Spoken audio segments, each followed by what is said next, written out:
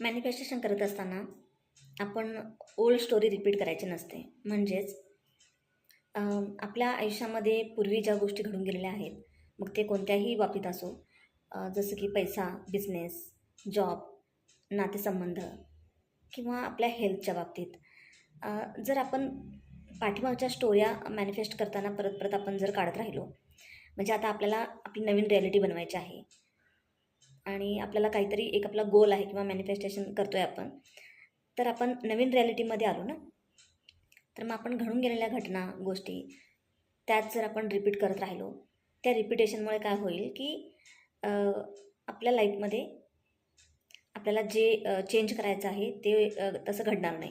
कारण तुम्ही जितकं पाठीमागच्या स्टोऱ्या रिपीट कराल, ओल्ड स्टोऱ्या रिपीट कराल, तितकं त्या रिपिटेशनमुळेच आपल्याला लाईफमध्ये त्याच गोष्टी आपल्याला फेस कराव्या लागतात. कारण आपल्या आत्ताच्या विचारानेच आपलं आयुष्य बदलत असतं.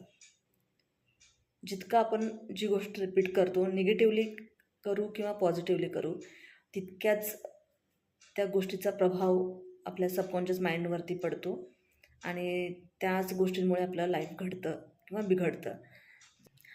काही लोकांना हे समजत नाही की इतक्या छोट्या गोष्टीमुळे काय फारसं घडणार आहे.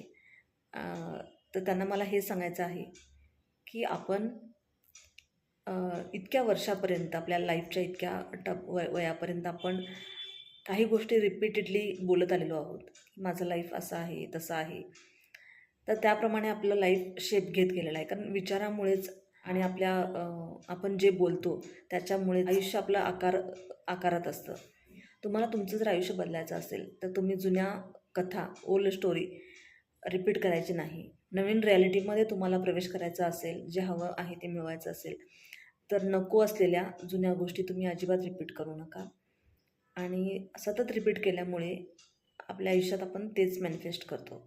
म्हणून आपण काय बोलतो, कसं बोलतो हेही फार महत्त्वाचं.